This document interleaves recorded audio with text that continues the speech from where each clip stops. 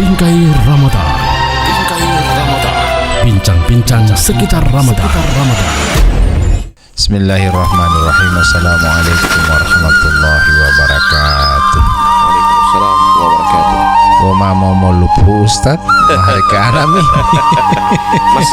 Masih kuat ya. Alhamdulillahirabbil alamin. Pendengar Cahaya FM dan juga Poliamato FM di mana saja berada, alhamdulillah kita sudah masuki hari yang keberapa ini Ustaz ya? Ke-6 iya. Ya, alhamdulillah. Semoga semua pendengar Cahaya maupun Poliama tetap kuat insyaallah. Amin ya rabbal alamin. Dan amal ibadah semakin hari semakin bertambah, semakin berkualitas. Jangan sampai semakin loyo. Ya.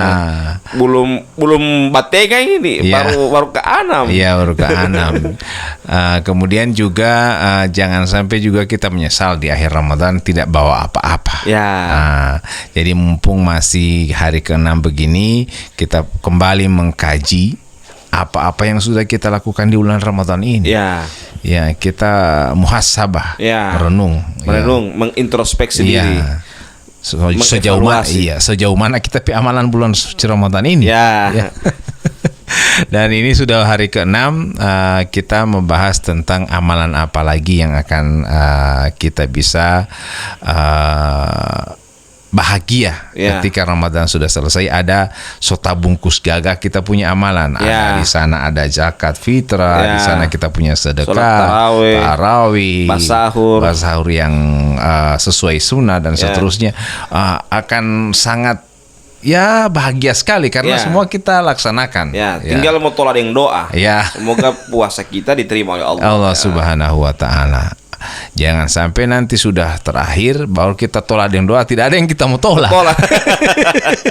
Pembatalan tidak ada. Dia untuk dulu. Jadi baik pendengar yang sama dirahmati Allah, kita masuk pada amalan selanjutnya di bulan suci Ramadan, yaitu membaca Al-Quran. Membaca Al-Quran, ya. Ini perintah membaca Al-Quran ini mungkin juga diperbanyak di bulan suci Ramadan. Alasannya apa Ustaz? Karena Ramadan itu syahrul Quran. Oh iya. Bulan Ramadan itu adalah bulannya Al-Quran. Kalau bulan Sya'ban bulannya para pembaca Al-Quran. Jadi kalau Sya'ban itu bulan pembaca Al-Quran. Kalau bulan Ramadan bulannya Al-Quran. Jadi Al-Quran itu diturunkan pada bulan Ramadan. Ada istilah malam nuzulul Quran. Kata Allah dalam Al-Quranul Karim apa? Syahrul Ramadan alladzi unzila fihil Quran. Bahwasanya di bulan suci Ramadan itu diturunkan Al-Quran. Jadi Al-Quran itu kita baca. Kadang kan orang baca dia hafal ini Permendagri, Perpres, Kepres, so yang tabal-tabal, yang DP Jukni segala macam dia hafal. Itu di dalam kepala dia. Dalam kepala, tapi membaca Al-Quran di luar kepala. Padahal itu SOP di hidup dia. Selama dia hidup, Kalau undang-undang kan ada amandemen, ada direvisi. Ini tidak pernah diamandemen, tidak pernah berubah, tidak pernah direvisi. Dari 14 abad yang lalu sampai dengan sekarang masih sama. Tidak ada yang berubah. Itu apa? Cara tafsirnya, cara pandangnya, sudut pandangnya, interpretasi dalam ayat. Itu yang berubah. Semakin berkembangnya zaman. Tapi kalau ayatnya sama 14 abad yang lalu, Al-Ikhlas tetap Al-Ikhlas ya. Jadi qul huwallahu ahad dari 14 abad yang lalu sampai dengan sekarang sama. Jadi seperti itulah. Jadi kalau kita saja, kenapa kita bersemangat menghafal misalnya Kepres, Perpres yang itu mungkin ada yang akan pasti dia akan diamandemen. Sementara Al-Quran yang tidak pernah diamandemen kita tidak hafal. Usahakan juga kita hafal Al-Quranul Karim. Minimal walaupun tidak hafal, minimal anak-anak kita lah. Sudah orang bilang kemarin, Ustadz saya ini setua Ustadz, tidak mampu lagi saya bahafal. Minimal NTP anak lah.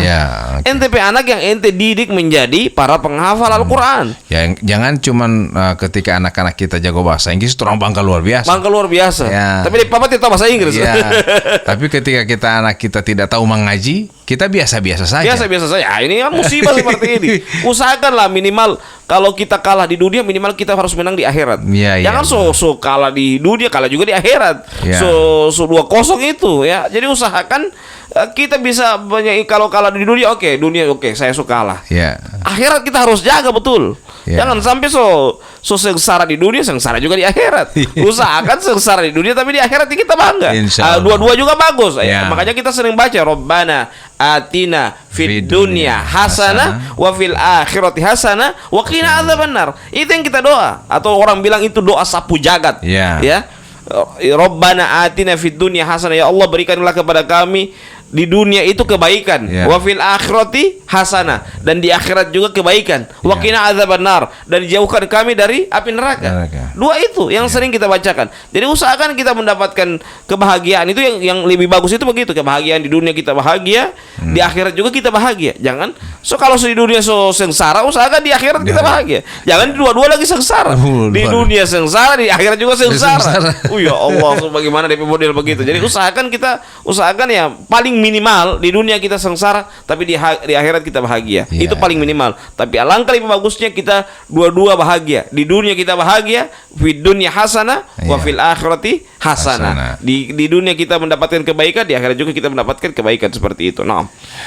Dan pahala orang yang membaca Al-Qur'an satu huruf dibalas 10. 10 ya. Ya 10. Ya, kata Nabi, la taqul alif lam mim harfun. Walakin al-alifu harfun, wal lam harfum, wal min harfum. Maksudnya apa? Nabi katakan apa? Jangan engkau katakan bahwa alif lam itu satu huruf. Tapi alif itu satu huruf, lam itu satu huruf, mim satu huruf. Itu maksudnya masing-masing dibalas 10 pahala. Luar biasa. Bayangkan kalau baru surah Al-Fatihah saja seberapa huruf di situ coba. Belum kalau kita membacakan ayat-ayat yang lain lagi. Sudah luar biasa seperti itu. Minimal dalam satu hari kita bisa membacanya membaca 1 juz saja dulu. Atau misalnya habis subuh itu daripada mau tidur, tahan sedikit dulu itu biar beberapa jam, 15 menit, 20 menit baca Quran. Kalau semua emang ngantuk ya tidur saja. Intinya kita hanya menghilangkan kecapean, ya. Jangan karena minta puasa mau tuluh terus ya. Jadi usahakan sedikitlah kita tidur. Saya sudah mengantuk Ustadz karena ada bangun sahur tadi Ustadz. Saya lagi tidur karena ada balayani saya pesuabi, ada masa. Saya bisa terima itu. Jadi habis subuh kan tidak mungkin juga habis subuh langsung mau tidur. Jadi minimal dia isi dulu 15 menit, 20 menit, dia baca Quran dulu, baru kemudian setelah itu dia tidur. Ya seperti itulah. Atau tidak sesudah sholat tarawih, biasanya kan ada ibu-ibu sholat tarawih baca Quran. Baca Quran juga jangan terlalu ampal. Baca Quran nanti sampai jam 12 malam, jam 11. Usahakan yang normal-normal lah. Setengah 9 kan selesai sholat tarawih. Jadi usahakan sampai jam 9 atau setengah 10 paling lama. Istirahat. Jangan menyiksa diri. Jangan terlalu, yang saya bilang sebagaimana pada sahur yang kemarin, jangan terlalu berapa di awal. Usahakan akhirnya pertengahan sudah kata uncang ya. Usahakan di stabil, sampai bajalan stabil tapi gas kencang. Itu maksud saya. Dari awal so gigi 3. Bagaimana semua lari itu motor, tidak lari motor. Jadi mulai dari gigi 1, gigi 2, gigi 3. Dia naik pelan-pelan. Apalagi 10 malam terakhir tidak dapat isi apa-apa gara-gara dari awal bastar duluan. Apalagi kalau di bulan Ramadan dia bawa bacet DP rumah, ganti gordeng. Ustadz saya ini capek Ustadz, bacet rumah. Ustadz saya ini capek ganti gordeng. Kenapa nanti ganti gordeng nanti bulan suci Ramadan? Ada bulan Sya'ban, ada bulan Rajab. Ya usahakan ganti gordeng, bacet itu rumah, bersih. Minimal kalau Ramadan belum basapu, belum bapel. Sudah mudah sekali itu. Jangan alasan bacet saya Ustadz sehingga saya puasa batal. Saya tidak jaga sholat 5 waktu Ustadz karena bacet, maka saya bersih rumah. Kenapa nanti pilih bulan suci Ramadan? Ini 11 bulan ente bisa yukul sambil bekerja kan? Kenapa nanti pilih ente pada saat ente lapar, ente sementara berpuasa? Ini kan ada masalah apa sebenarnya? Makanya oleh sebab itu pentingnya kita menjaga waktu, dan bulan Ramadan itu adalah bulan Al-Quran. Kita ramaikan dengan bacaan Al-Quran. Ya seperti itu. Ya minimal dalam bulan suci Ramadan tahun ini kita bisa melaksanakan sholat wajib berjamaah misalnya.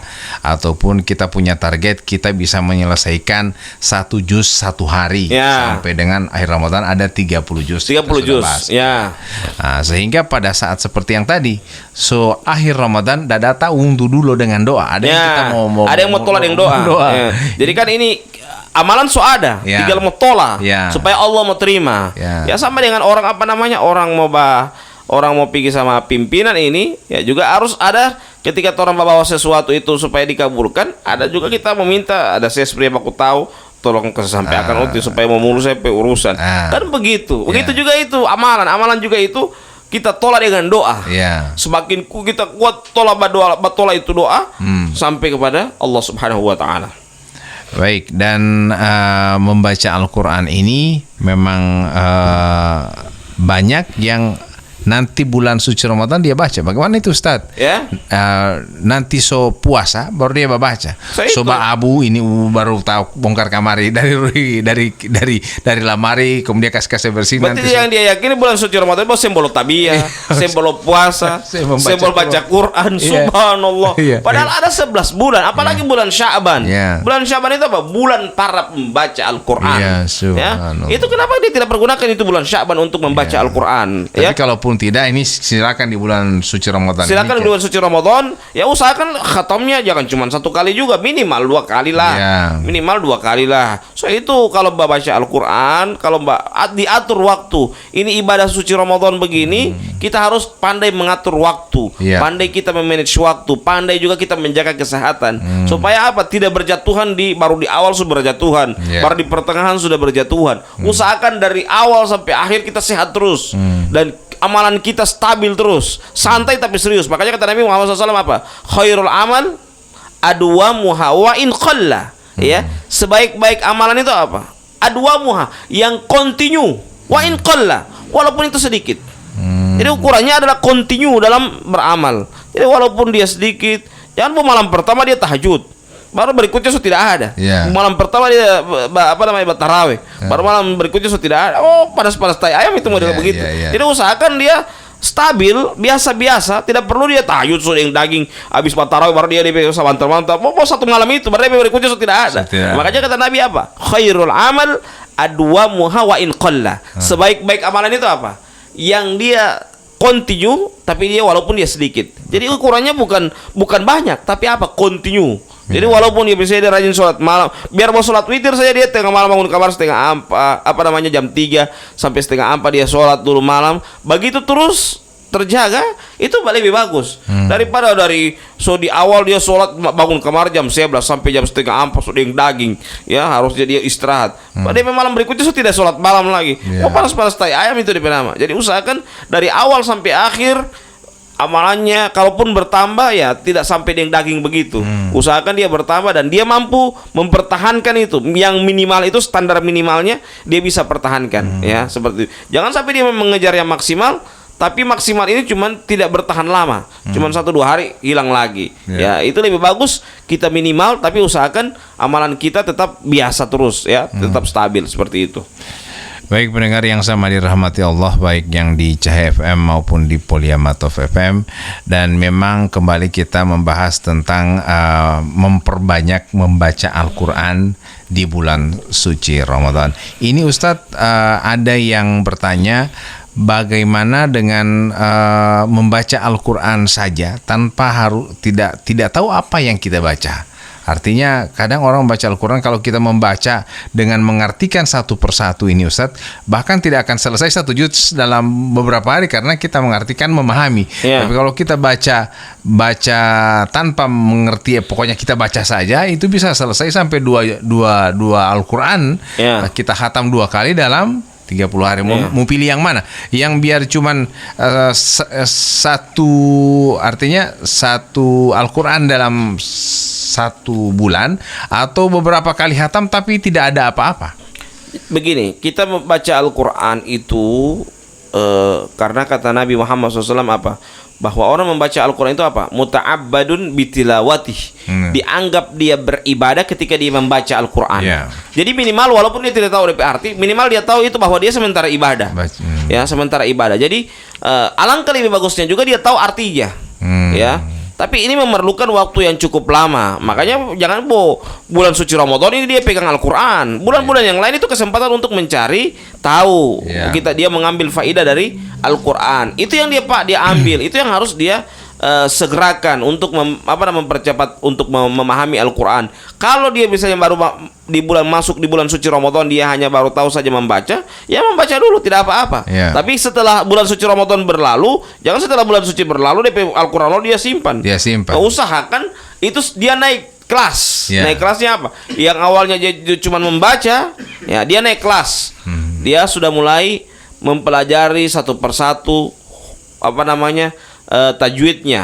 Nah, baru yang berikutnya dia naik kelas lagi. Dia sudah mulai satu persatu mempelajari nadanya lagunya. Nah, dia naik berikutnya. Kemudian dia mempelajari bagaimana cara memahami itu dengan arti-artinya. Jadi ada naik pelan-pelan, ya seperti itu. Jangan cuman stagnan terus. Istilahnya cuman baca terus. Yang penting mau baca watia Ustaz. Ya, jangan cuman stagnan begitu. Usahakan naik pelan-pelan. Ya, habis membaca, mulai kasih bagus itu DP tajwid. Yang berikutnya mulai kasih bagus DP lagu. Ya, yang berikutnya sudah mulai memahami DP arti. Jadi supaya dia ada perkembangan. Dalam kehidupan itu ada perkembangan. Jadi orang kan tidak mungkin stagnan terus. Pasti dia ada dinamisasi dalam kehidupan itu supaya dia benar-benar. Begitu juga dalam Al-Qur'an. Dia membaca Al-Qur'an yang awalnya dia mungkin terbata-bata, karena dengan dia rutinnya dia membaca, sudah mulai lancar dalam membaca Al-Qur'an. Nah ini karena seiring dengan kemajuan teknologi Ustadz, ada juga yang membaca sambil mendengarkan di HP misalnya surat Al-Ikhlas, kemudian dia tidak memegang Al-Quran, tapi dia hanya mengikuti apa yang diucapkan dalam misalnya CD atau dalam flash dia colok kemudian didengarkan. MP3 MP3, MP3 itu. Apakah ini termasuk membaca atau? Iya, itu dia termasuk orang yang membaca. Membaca. Saya pernah punya santri yang dia belum tahu baca Al-Quran, tapi dia sudah hafal 1 juz. Ya, dia sudah masuk 2 juz, sudah selesai DP 2 juz. Tapi dia tidak tahu baca Al-Quran. Dia tidak tahu baca Al-Quran, dia masih Iqra 5, Iqra 3. Ya, tapi dia sudah hafal 2 juz. Subhanallah. Karena apa? Karena dia rajin mendengarkan ayat Al-Quran. Tapi kelemahannya saya lihat, kalau dia baca Al-Quran tidak sesuai dengan nada itu, dia lupa itu bacaan. Jadi dia harus ikuti itu nada yang orang pembaca yang dia dengar terus itu. Misalnya dia biasa dengar dengan Misyari Rashid misalnya. Dia harus ikut nada Misyari Rashid terus. Kalau dia pakai nada Syekh Suraim atau Syekh Sudais, dia dapat lupa itu. Karena dia suka ganti nada kalau begitu. Ya, jadi seperti itulah modelnya, ya. Seperti itulah modelnya orang yang hanya mendengarkan. Jadi tapi itu bagus. Kita harus apresiasi bahwa itu orang semangat dalam mencintai Al-Quran. Bayangkan dia belum bisa baca Al-Quran, dia sudah menghafal. Ya, sambil jalan sembari juga dia sambil jalan dia menghafal, dia juga sementara mempelajari membaca Al-Quran. Sehingga kalau kemarin mungkin dia hanya menghafal karena dia mendengar, sekarang dia menghafal karena dia bisa membaca. Seperti itu. Ada juga yang ketika dia akan istirahat malam, dia putar kaset misalnya. Nah, ini apakah sebuah amalan atau hanya untuk sekedar pengantar tidur, Ustaz? Ya, jangan sampai jadi pengantar tidur. Nah, itu yang pertanyaannya. Kan sekarang jadi masalah kadang ayat Al-Quran cuma jadi hiasan rumah. Saya tanya kenapa itu hiasan rumah? Supaya setan mau usir setan, Ustaz. Ini Al-Quran ini mau intim pakai usirkan setan. Ini Al-Quran ini dibaca, Al-Quran ini diambil pelajaran, ditadabbur. Itu perpres, kepres, permen ente hafal tabal-tabal, Al-Quran ente tidak ambil pelajaran. Undang-undang yang belum diamandemen, yang sudah diamandemen, ente hafal. Ente bilang itu pedoman hidup, undang-undang. Iya, pedoman negara, betul, undang-undang. Tapi juga ada undang-undang ente sebagai seorang muslim yang ente harus hafal. Yang minimal tidak dihafal tapi dipahami. Ya, dipahami aturannya. Nah, itulah Al-Qur'anul Karim. Hadis Nabi Muhammad SAW. Jadi walaupun belum mempelajari hadis, minimal Al-Qur'an dia sudah tahu aturan-aturan yang baku dalam Islam itu apa. Lewat Al-Qur'anul Karim, ya, yang pasti seperti itu. Ada yang bertanya, Ustadz, kenapa Al-Quran ditulis dalam bahasa Arab, tidak dalam bahasa Indonesia saja? Nah, kenapa harus pakai bahasa Arab misalnya? Iya, karena pertama Nabi kita orang Arab. Yang kedua Al-Qur'annya berbahasa Arab. Makanya Al-Qur'annya berbahasa Arab, bukan bahasa yang lain. Ya, seperti itu. Jadi Al-Qur'an itu kenapa dia bahasa Arab, dan bahasa Arab itu yang di Al-Qur'an itu bahasa yang sastranya agak tinggi. Ya. Jadi punya sastra, punya cara dia menyusun kalimatnya itu tersusun rapi, ya sesuai dengan kaidah-kaidah dalam bahasa Arab, bahkan sastranya itu terlalu tinggi, sehingga membutuhkan ulama tafsir dalam menginterpretasi dalam sebuah ayat itu, seperti itu. Jadi Al-Quran ini bukan ciptaan manusia, yang harus kita komparasi, ini bahasa Indonesia, ini bahasa Arab. Nah, jadi ini memang Al-Quran ini diciptakan Allah dalam bahasa Arab. Dan itu dalam bentuk wahyu. Yang awalnya Al-Quran itu, ayat-ayat Al-Quran itu dipelepah-pelepah kurma, ditulang-tulang, ya, sehingga sampai sekarang dibukukan. Kenapa dibukukan Al-Quran itu? Jangan sampai para penghafal Al-Quran yang pada saat itu wahyu turun, mereka menghafal dan mereka sudah meninggal dunia, sementara Al-Quran itu tidak dibukukan. Makanya mereka pada saat para penghafal Al-Quran itu ketika wahyu-wahyu turun itu, ya, mereka berusaha untuk para ulama itu berusaha untuk langsung menulis Al-Quran dan cepat mencetak Al-Quran, sehingga jangan sampai ketika terlanjur para penghafal Al-Quran sudah meninggal dunia sementara Al-Quran belum tercetak, ya, belum tertulis, seperti itu. Memang Al-Quran diciptakan dalam satu bahasa Arab. Ente bisa bayangkan Ustadz, mungkin ya, kalau misalnya Al-Quran ini dalam bahasa Indonesia kemudian kita pakai dalam sholat misalnya, dengan nama Allah yang Maha Pengasih dan Maha Baik, Bismillahirrahmanirrahim, itu kan kita pakai bahasa Indonesia. Jadi makanya dalam ibadah juga itu dia ada namanya masalah tauqifiyah. Tauqifiyah itu apa? Sesuatu hal yang pasti. Jadi orang bilang, Ustadz, saya kan baca Bismillahirrahmanirrahim tapi versi bahasa Indonesia. Ya, tapi tata cara dalam ibadah itu yang wajib itu dan yang dibenarkan itu pakai bahasa Arab. Jadi walaupun dengan menyebut nama Allah yang Maha Pengasih lagi Maha Penyayang, itu Ustadz itu kan Bismillah. Ya, itu versi bahasa Indonesia. Versi dalam bahasa Indonesia dalam ibadah itu tidak bisa diterima walaupun itu artinya. Ya, tidak bisa diterima, seperti itu. Al-Quran yang pertama diturunkan Allah itu kepada Nabi kita Nabi Muhammad SAW itu surah apa Ustadz? Al-Alaq. Ayat 1 sampai 5. Ya. Surat pertama itu yang Al-Alaq, yang bunyinya adalah Iqra, ya, Bismi rabbikal ladzi khalaq, ya. Kemudian Nabi mengatakan apa? Mana Nabi qari. Saya bukan orang yang membaca karena beliau itu adalah seorang ammi yang tidak bisa membaca, ya. Tapi pada saat itu orang ummi, ya, orang pada saat itu Nabi Muhammad SAW tiba-tiba langsung bisa membaca. Ya, ini menunjukkan bahwasanya begitulah wahyu. Ya, walaupun orang tidak bisa membaca, tiba-tiba langsung bisa membaca Al-Quran, seperti itu. Baca. Ya, baca. Jadi perintah pertama itu adalah membaca, Ustadz, membaca Al-Quranul Karim. Bukan berarti baca SMS, baca WA bangun kamari subuh langsung WA atau. Nah, itu beda antara membaca SMS, membaca WA dengan membaca Al-Quran. Kalau membaca SMS, membaca WA biarlah 1 depa ente baca, tidak ada pahala. Tidak ada pahalanya, kecuali ente mengirim misalnya kebaikan. Itu orang bisa mengamalkan, ente dapat pahala. Tapi kalau misalnya Al-Quran, walaupun cuma 1 kalimat kita baca, kita sudah dapat pahala. Apalagi kalau sudah berjus-jus, berlembar-lembar. Apalagi di bulan suci Ramadan. Yang Nabi Muhammad SAW itu sangat senang, bahkan beliau membaca Al-Quran di hadapan malaikat Jibril, ya. Beliau senantiasa membaca Al-Quran, bahkan membaca Al-Qurannya di hadapan malaikat Jibril, seperti itu. Bagi pendengar yang sama dirahmati Allah Subhanahu wa taala, masih dalam topik membaca Al-Quran di bulan suci Ramadan. Dan jangan sampai kita membaca Al-Quran ini hanya di bulan suci Ramadan. Ustaz bilang tadi, memang ini Ramadan ini semacam training, ya. Kita masuk sekolah. Namanya madrasah Ramadan. Orang yang sukses dalam pendidikan itu yang saya bilang tadi. Orang yang sukses dalam pendidikan itu bukan diukur dia sementara sekolah. Tapi itu juga perlu. Tapi yang paling inti, dia bisa menerapkan ilmu yang dia dapat di sekolah itu bisa dia terapkan ketika dia keluar dari sekolah itu. Jadi setelah selesai Idul Fitri ada sertifikat ijazah yang diberikan. Oh, sudah tamat Ramadan ente. Nah, ente mau bikin apa ini sertifikat? Baru kemudian itu tidak pergunakan. Jadi begitu. Jadi usahakan dipergunakan dengan semaksimal mungkin, seperti itu. Jadi kalaupun ada keluarga kita, anak kita yang belum bisa membaca Al-Quran, ayo kita ajarkan di bulan suci Ramadan ini. Dan untuk itu waktu tanpa terasa sudah Maladenggu Poli, insya Allah Poli itu ulang bungono itu debo memodung gaya di acara Bingkai Ramadan yang dipersembahkan oleh Poliama Top FM dan juga oleh CFM di Bualemo. Oke, kita tutup dengan bacakan doa kafaratul majelis. Subhanakallahumma wa bihamdika asyhadu an la ilaha illa anta astaghfiruka wa atubu ilaik. Assalamualaikum warahmatullahi wabarakatuh. Bingkai Ramadan. Itulah bincang-bincang sekitar Ramadan atau Bingkai Ramadan.